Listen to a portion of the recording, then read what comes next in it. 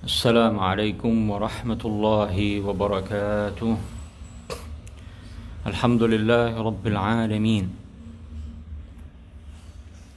الملك الحق المبين، والصلاة والسلام على سيدنا محمد أشرف الأنبياء والمرسلين، وعلى آله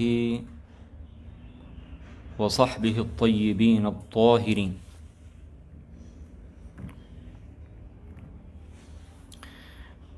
Ma'asyiral hadirin wal hadirat, yang semoga kita semuanya senantiasa dirahmati oleh Allah Subhanahu wa taala.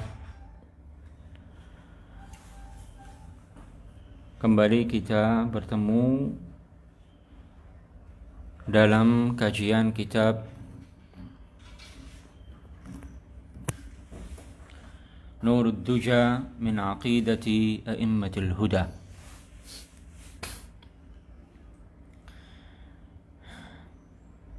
Pada pertemuan sebelumnya kita telah membahas tentang pengertian al-hadd dan al-mahdud menurut para ulama tauhid, bahwa al-hadd maknanya al-hajm, ukuran, al-mahdud ma lahu haddun ay ma lahu hajmun, sesuatu yang memiliki ukuran.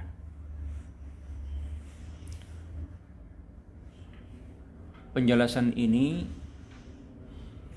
penting untuk diketahui karena istilah had dan al-mahdud ini adalah istilah yang disepakati oleh para ulama tauhid dan menyucikan Allah Subhanahu wa taala dari al-hadd. Ini disebutkan oleh para ulama salaf radhiyallahu taala anhum dalam penjelasan-penjelasan mereka mengenai Allah Subhanahu wa taala. Kemudian setelah itu baru dijelaskan tentang pembagian benda dan bahwa masing-masing benda baik latif ataupun kathif memiliki ukuran. Jadi kesimpulan dari pembahasan yang telah kita sampaikan pada pertemuan sebelumnya, bahwa benda terbagi menjadi dua. Ada benda yang bisa dipegang dengan tangan seperti manusia, pepohonan, matahari, air, api. Dan benda yang kedua, benda yang tidak bisa dipegang dengan tangan, yaitu benda latif seperti kegelapan, cahaya, roh, dan semacamnya. Kemudian telah kita sebutkan dalil yang menunjukkan bahwa benda terbagi menjadi dua, yaitu firman Allah Subhanahu wa taala, Alhamdulillahilladzi khalaqas samawati wal arda wa ja'ala adh-dhulumati wan nur. Segala puji bagi Allah yang menciptakan langit dan bumi dan menjadikan, yakni menciptakan kegelapan dan cahaya. Kemarin telah kita sebutkan beberapa faedah yang bisa dipahami dari ayat ini, tapi faedah yang paling utama, ayat ini menegaskan bahwa benda terbagi menjadi dua. Ada benda kathif yang bisa dipegang dengan tangan, dan ada benda latif yang tidak bisa dipegang dengan tangan.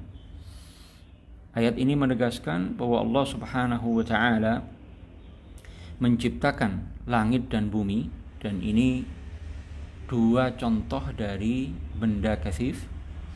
Dan Allah menciptakan kegelapan dan cahaya. Ini dua contoh dari benda latif, benda yang tidak bisa dipegang dengan tangan. Artinya Allah Subhanahu wa taala telah menciptakan langit, bumi, dan benda-benda kathif lainnya Allah juga menciptakan kegelapan dan cahaya serta benda-benda latif lainnya. Faedah kedua yang paling utama dari ayat ini, bahwa Allah Ta'ala tidak menyerupai benda katsif maupun benda latif. Karena ayat ini menegaskan benda katsif adalah ciptaan Allah, benda latif adalah ciptaan Allah, sedangkan Allah Subhanahu wa Ta'ala tidak menyerupai ciptaannya. Al-Khaliq la yushbihu khalqahu, pencipta tidak menyerupai ciptaannya. Benda katsif adalah ciptaan Allah, benda latif adalah ciptaan Allah, berarti Allah Ta'ala tidak menyerupai benda katsif, tidak menyerupai benda latif. Ayat ini juga mengandung makna tanzih, menyucikan Allah Subhanahu wa Ta'ala dari menyerupai makhluknya. Kemudian inti penjelasan yang kedua dari materi kita pada pertemuan sebelumnya, bahwa baik benda katsif maupun latif masing-masing punya ukuran. Apa dalilnya?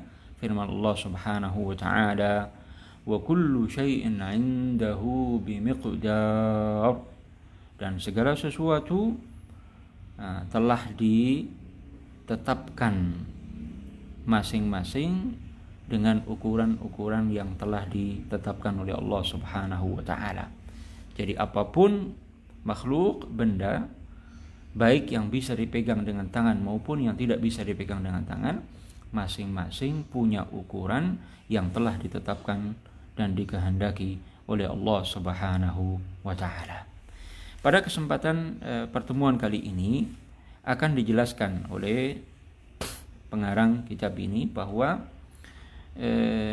bagaimana benda katsif itu memiliki ukuran dan bagaimana benda latif itu memiliki ukuran, dengan contoh-contoh yang akan disebutkan pada penjelasan berikut ini. Baik, kita baca dulu. Silakan yang memiliki kitab melihat halaman 11 dan seterusnya.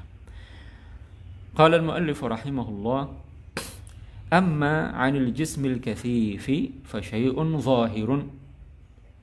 Sedangkan tentang benda katsif, maka adalah sesuatu yang jelas bahwa dia memiliki ukuran. Wa amma 'anil jismil latif, sedangkan bahwa atau tentang jism latif, bahwa jism latif ini punya ukuran. Annalahu tahayyuzan, bahwa dia menempati suatu ruang kosong. Dzalika yufhamu bi'in'amin nazari wal fikri. Hal ini dipahami dengan pendalaman, penalaran dan pemikiran.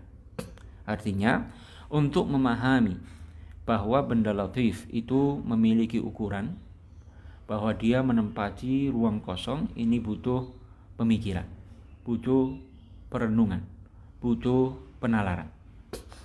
Bagaimana itu? Li'anna an-nura lahu hayyizun yahullu fihi. Karena cahaya itu memiliki ruang kosong yang ditempati olehnya.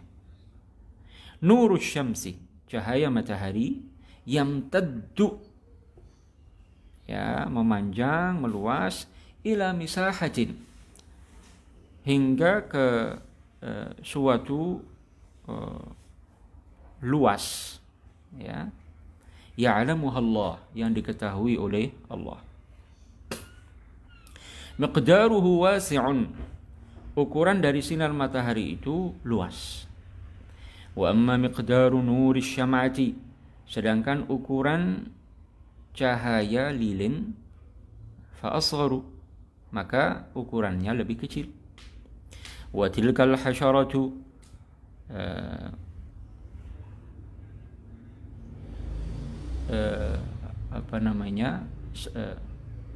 serangga, allati fil laili, yang di malam hari, bainal hasyishi, di antara rerumputan, tamshi, berjalan, Apa itu? Serangga yang di malam hari berjalan di antara rerumputan. Apa itu? Abha. Kunang-kunang. Tazharu. Kunang-kunang itu nampak. Yakunu laha lama'anun khafif.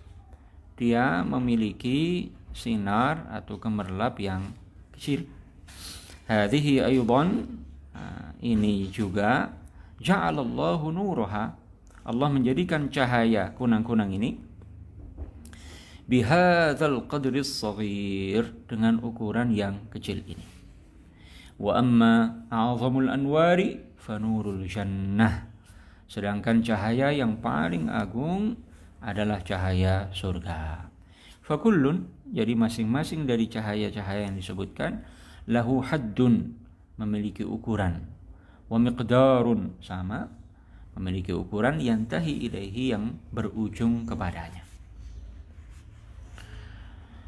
Wadh-dhalamu lahu hayyizun, kegelapan juga memiliki ruang kosong, miqdarun, ukuran dari ruangan, yahulluhu, yang ditempati olehnya. Imma miqdarun dayyiqun, kadang ukurannya ruang kosong itu sempit, kecil. Wa imma miqdarun wasi'un kabir, dan ada kalanya ukuran dari ruangan tersebut luas, besar. Itu tentang kegelapan. Wa hakadha ar-rihu, demikian pula angin. Laha hayyizun, angin itu memiliki ruang kosong yang ditempati olehnya, tahulluhu. Wa dzalika, bagaimana itu penjelasannya? Annal malaikata, bahwa para malaikatullah yazinunaha, menimbang angin tersebut. Wa yursilunaha, dan mengirimkan angin tersebut setelah ditimbang, ala hasabi ma 'allamahumullahu ta'ala, sesuai yang diajarkan oleh Allah Ta'ala kepada mereka, wa amarahum bih, dan Allah perintahkan kepada mereka. Farrihul baridatu, maka angin yang dingin. Warrihul harratu, angin yang panas. Warrihul muhlikatu, angin yang membinasakan, angin yang menghancurkan. Allati yursiluha Allahu, yang dikirim oleh Allah Subhanahu wa ta'ala, li'azabi qaumin, untuk menyiksa suatu kaum.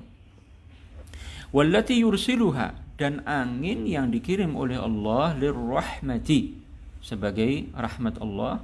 Kullun, semua, masing-masing angin tersebut, biwaznin, masing-masing memiliki ukuran, masing-masing ditimbang sebelum dikirimkan. Wa kadzalika ar-ruhu, demikian pula roh, lahu kammiyatun wa miqdarun, memiliki ukuran. Lamma yakunu fi badanil insan, ketika roh itu ada di badan manusia misalnya, yakunu biqadri hajmil insan, maka ukuran roh itu sesuai dengan ukuran badan manusia.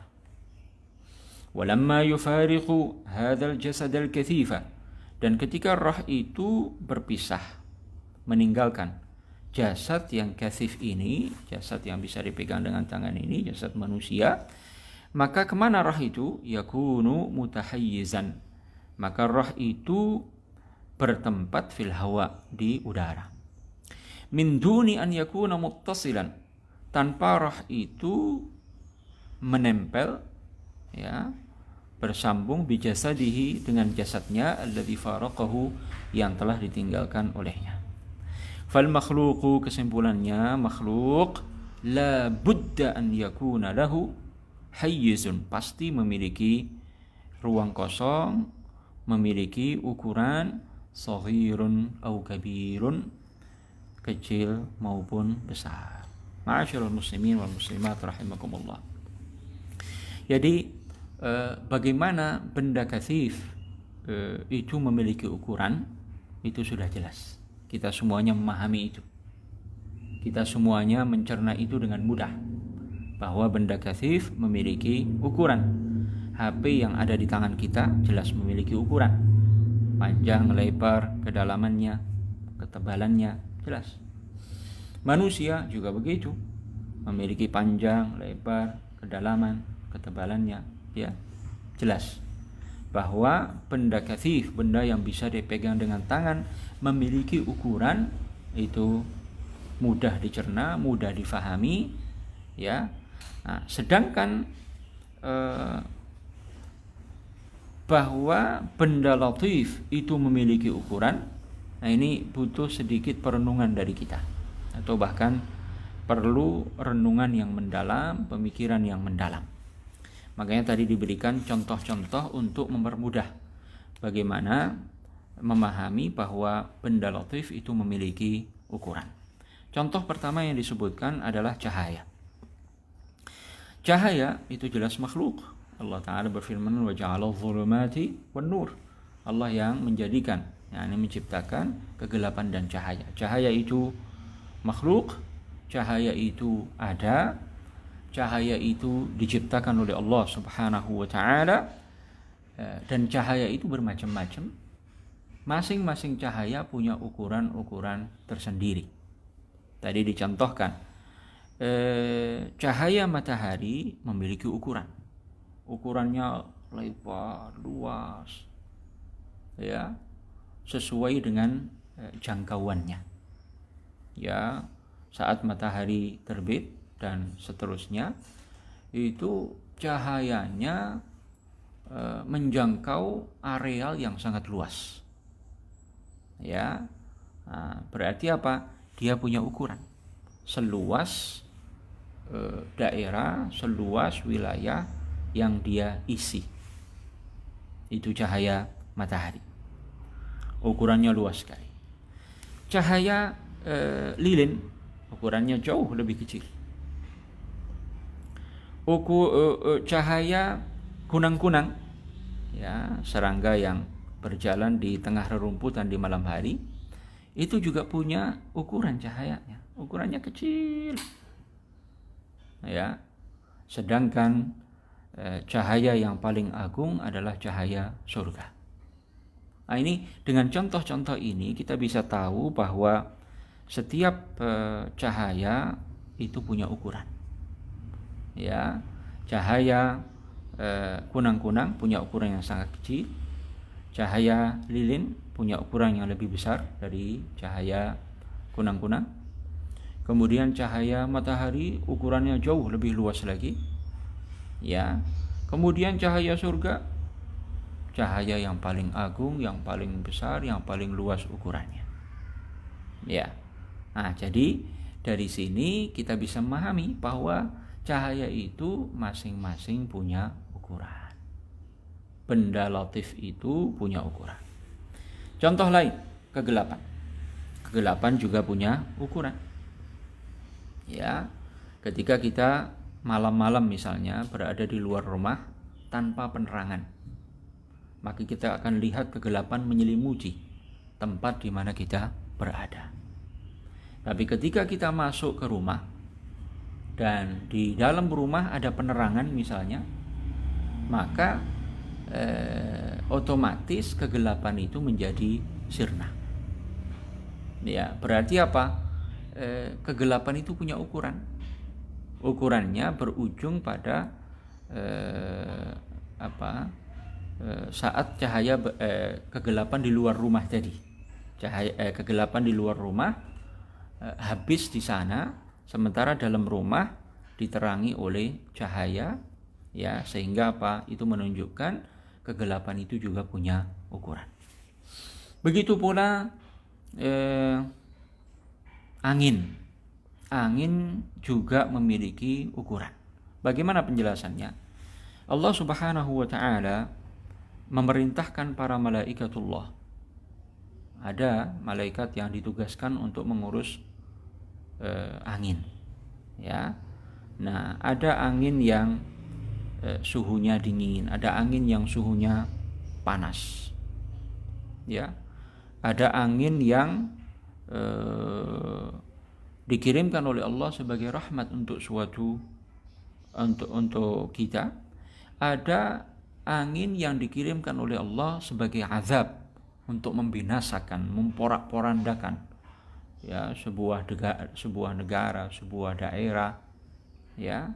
Nah, tentunya masing-masing dari angin-angin ini punya ukuran. Angin yang Allah kirimkan sebagai rahmat untuk kita, ya, anginnya sedikit, ya, sepoi-sepoi, ya, misalnya, jelas berbeda dengan angin yang dikirimkan oleh Allah Ta'ala sebagai azab, ya, badai misalnya, angin puting beliung misalnya. Itu jelas ukurannya jauh lebih besar daripada angin yang Allah kirimkan kepada kita sebagai rahmatnya. Jadi kesimpulannya, angin itu juga memiliki ukuran sesuai dengan timbangan-timbangan para malaikatullah yang telah diperintahkan oleh Allah Subhanahu wa Ta'ala untuk mengirim angin-angin tersebut dan menimbangnya sebelum dikirimkan. Contoh lain, roh itu juga punya ukuran. Ketika roh berada di badan manusia, maka roh tersebut seukuran dengan badan manusia. Makanya kita bisa merasakan dengan seluruh badan kita ini, ya, karena roh ketika ada di badan manusia itu seukuran dengan badan manusia.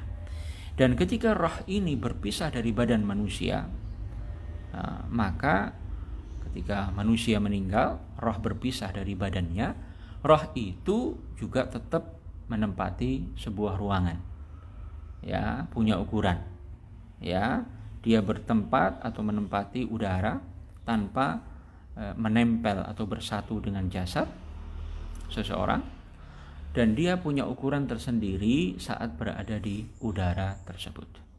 Ya, jadi kesimpulannya dari contoh-contoh yang disebutkan, cahaya, kegelapan, angin, roh, masing-masing punya ukuran. Ya, dan masing-masing adalah benda latif. Kesimpulannya, benda latif itu memiliki ukuran, baik ukurannya kecil maupun besar. Ya, selesai pembahasan tentang bahwa benda kathif memiliki ukuran, benda latif juga memiliki ukuran. Pembahasan berikutnya. Qala al-muallif rahimahullah, wa asgharu hajmin khalaqahu Allah, benda paling kecil yang diciptakan oleh Allah, mimma tarahul uyun, di antara benda yang bisa dilihat dengan mata, adalah al-haba, atau kemarin yang kita kenal dengan istilah az-zarrah. Apa itu? Al-asya'u al-khafifatu, benda-benda kecil, ya, bintik-bintik kecil, potongan-potongan kecil, allati tadhharu, yang nampak, idza dakhalatis syamsu, ketika sinar matahari masuk, minan nafidhati, melalui jendela, ilal baiti, masuk ke dalam rumah.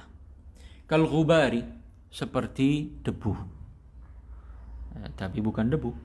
Tadhharu lil aini, yang nampak, ya, dengan mata kita.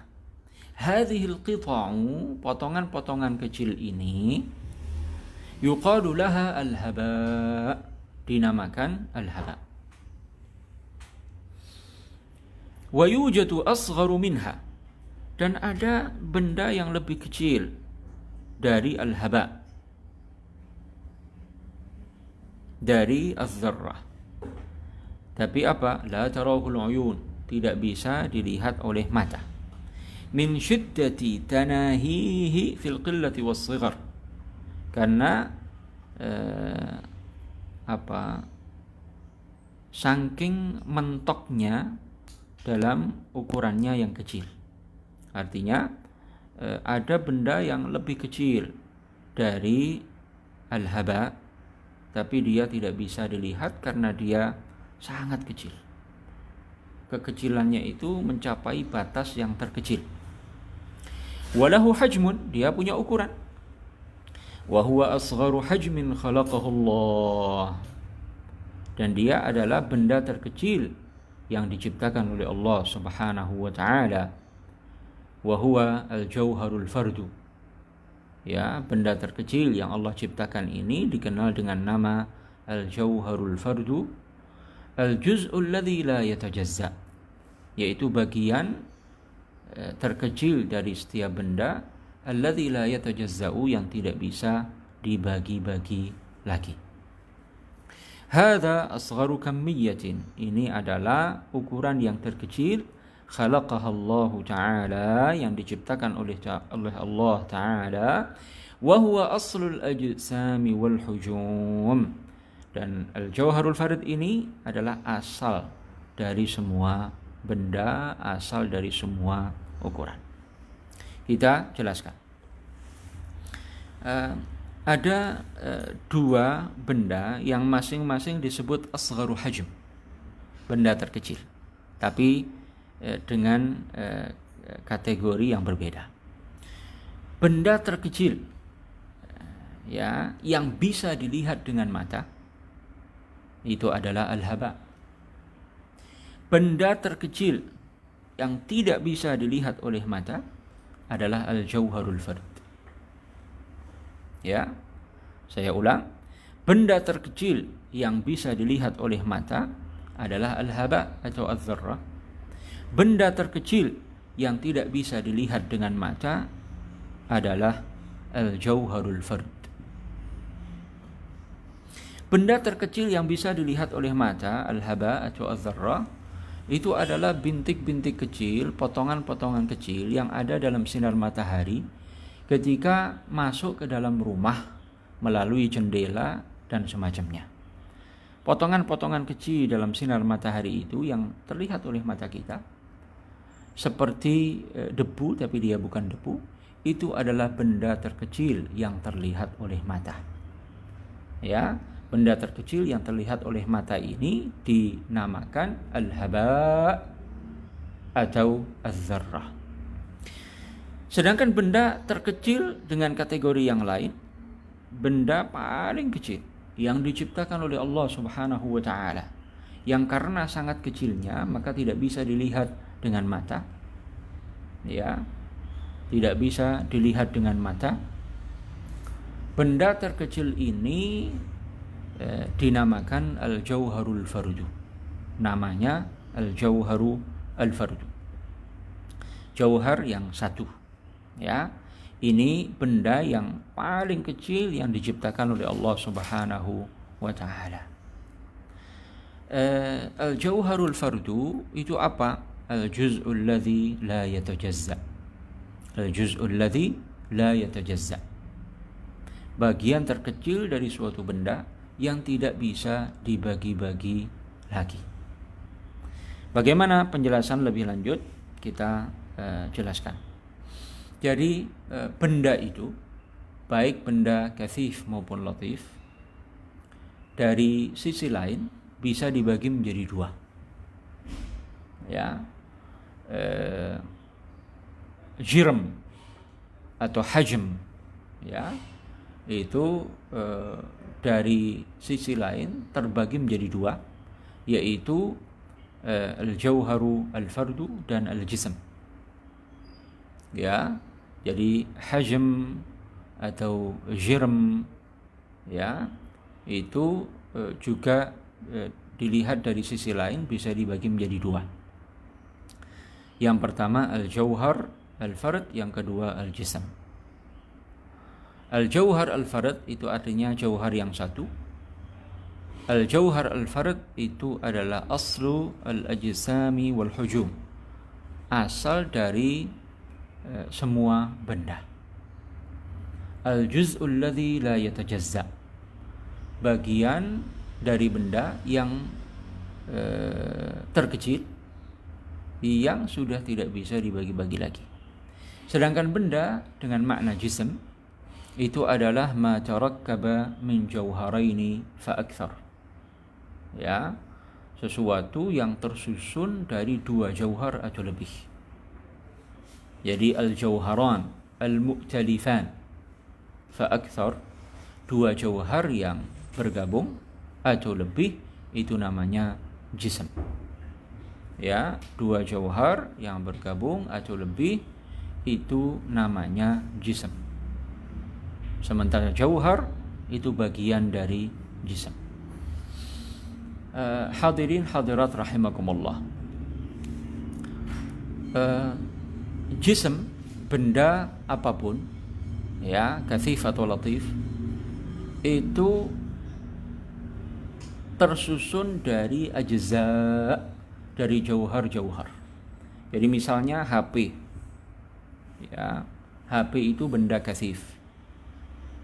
HP itu, ya, secara akal qabilun lilinqisami wat tajazzu.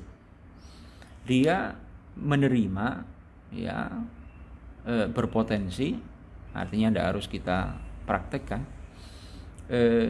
HP itu bisa secara akal dipecah-pecah, dibagi-bagi. HP ini, ya, qabilun lilinqisam wat tajazzu, menerima, berpotensi untuk dibagi-bagi, dipecah-pecah. HP ini yabqa yanqasim. HP itu setelah dibagi, dipecah menjadi dua misalnya, yang dua dipecah lagi, masing-masing dipecah lagi, terus bisa dipecah-pecah, dibagi-bagi, sampai nanti menjadi bagian yang terkecil yang tidak bisa dibagi-bagi lagi.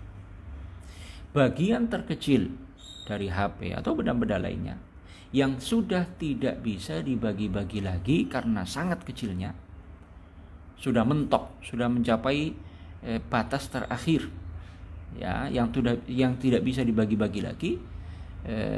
Bagian yang tidak bisa dibagi-bagi lagi inilah yang disebut dengan al-jauharul fard. Ya, setiap benda itu tersusun dari sekian banyak jauhar, banyak sekali. HP itu misalnya tersusun dari sekian banyak jauhar menyatu menjadi HP itu. Ya, nah ini sekedar contoh saja. Jadi al-jauharul fard itu adalah asal dari semua jism, dari semua hajm. Dan semua jism, semua hajm, ya, itu secara akal bisa dibagi-bagi menjadi jauhar yang banyak sekali. Ya, jadi jism, gabungan dari sekian banyak jauhar itu, dua atau lebih, dan al-haba, benda jism yang terkecil yang bisa dilihat oleh mata, dan al-jauharul fard, al-juz'ul ladzi la yatajazza, bagian terkecil dari benda yang tidak bisa dibagi-bagi lagi. Semuanya ini punya ukuran. Semuanya punya ukuran. Jadi baik jauhar fard, benda terkecil yang diciptakan oleh Allah Subhanahu wa taala, yang tidak bisa dilihat oleh mata, maupun al-haba, benda terkecil yang bisa dilihat dengan mata, maupun jism yang lebih besar dari itu, ya, semuanya memiliki ukuran yang telah diciptakan oleh Allah, yang telah ditetapkan oleh Allah Subhanahu wa taala. Ya. Nah, dengan demikian kita memahami bahwa semua benda, kathif maupun latif, memiliki ukuran. Benda terkecil yang Allah ciptakan yang bisa dilihat oleh mata, al-haba, punya ukuran. Benda hajm atau jirm yang terkecil, yang tidak bisa dibagi-bagi lagi, yaitu bagian terkecil dari setiap benda, dia punya ukuran, ya, ukurannya sangat kecil. Karena sangat kecilnya tidak bisa terlihat oleh mata, juga punya ukuran. Jadi masing-masing, ya, dari benda kathif, benda latif, benda terkecil yang bisa dilihat oleh mata, benda terkecil yang tidak bisa dilihat oleh mata, masing-masing punya ukuran yang telah ditetapkan oleh Allah Subhanahu wa taala. Faedah penting yang perlu kita pahami, Al-Jauharul Farid ini istilah yang digunakan oleh para ulama tauhid untuk menamakan, untuk menyebut bagian terkecil dari suatu benda yang sudah tidak bisa dibagi-bagi lagi. Ya, kita belum menemukan terjemahan dari Al-Jauharul Farid, kata yang bisa mewakili makna Al-Jauharul Farid dalam istilah para ulama tauhid. Makanya kita katakan, kita tetap menggunakan nama Al-Jauharul Fard, Al-Juz'ul ladzi la yatajazza, ya, bagian terkecil dari setiap benda yang tidak bisa dibagi-bagi lagi. Dan ini ditegaskan oleh para ulama tauhid rahimahumullahu taala. Ini istilah yang berlaku di kalangan para ulama tauhid, maka kita jangan campur aduk dengan istilah yang berlaku dalam ilmu-ilmu lain. Ya, jadi jangan menerjemahkan Al-Jauharul Fardu dengan atom misalnya, ya, atau dengan partikel atau semacamnya, ya, dengan makna yang dipahami di kalangan atau di dalam istilah ilmu-ilmu lain. Sudah, kita menggunakan istilah Jauhar Fard dengan makna yang dijelaskan oleh para ulama tauhid, bahwa Al-Jauharul Fard adalah al-juz'ul ladzi la yatajazza, bagian terkecil dari setiap benda yang tidak bisa dibagi-bagi lagi. Dia punya ukuran, ya, dia punya ukuran yang telah ditetapkan oleh Allah Subhanahu wa taala. Karena ukurannya sangat kecil, tidak bisa dibagi-bagi lagi dan tidak terlihat oleh mata adatan, ya, dalam kebiasaan yang berlaku, kita tidak bisa melihat Al-Jauharu Al-Fardu ini dengan mata kepala kita. Jadi kesimpulan dari semua pembahasan ini bahwa benda dari yang terkecil sampai yang terbesar yaitu arus, semuanya memiliki ukuran-ukuran yang telah ditetapkan oleh Allah Subhanahu wa taala, dan ini yang ditunjukkan oleh firman Allah taala, wa kullu syai'in 'indahu bimiqdar, dan segala sesuatu memiliki ukuran yang telah ditetapkan oleh Allah Subhanahu wa taala. Sampai di sini materi kita pada kesempatan pagi hari ini. Insyaallah akan kita lanjutkan pada pertemuan berikutnya, ya, apa muara dari penegasan bahwa setiap benda itu punya ukuran, ya, dari yang terkecil sampai yang terbesar itu punya ukuran. Poin dari pembahasan ini apa, itu yang akan kita bahas pada pertemuan berikutnya. Mudah-mudahan apa yang kita sampaikan bisa difahami, ya. Memang pengetahuan, maklumat,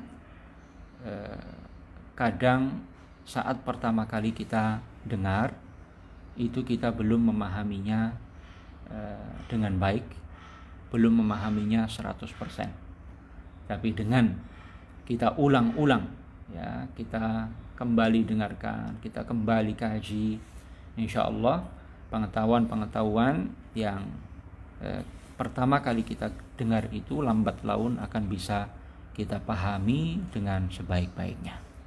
Karena itu murajaah, mengulang kembali pelajaran, itu sesuatu yang sangat penting untuk menambah pemahaman kita dan supaya pengetahuan tersebut melekat di hati kita.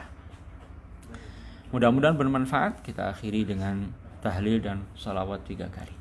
La ilaha illallah, la ilaha illallah, la ilaha illallah. Allahumma salli ala sayyidina Muhammad wa ala alihi wa sahbihi wa sallim. Allahumma salli ala sayyidina Muhammad wa ala alihi wa sahbihi wa sallim. Allahumma salli ala sayyidina Muhammad وعلى آله وصحبه وسلم. رب اغفر لي وللمؤمنين والمؤمنات وآخر دعوانا أن الحمد لله رب العالمين. السلام عليكم ورحمة الله وبركاته.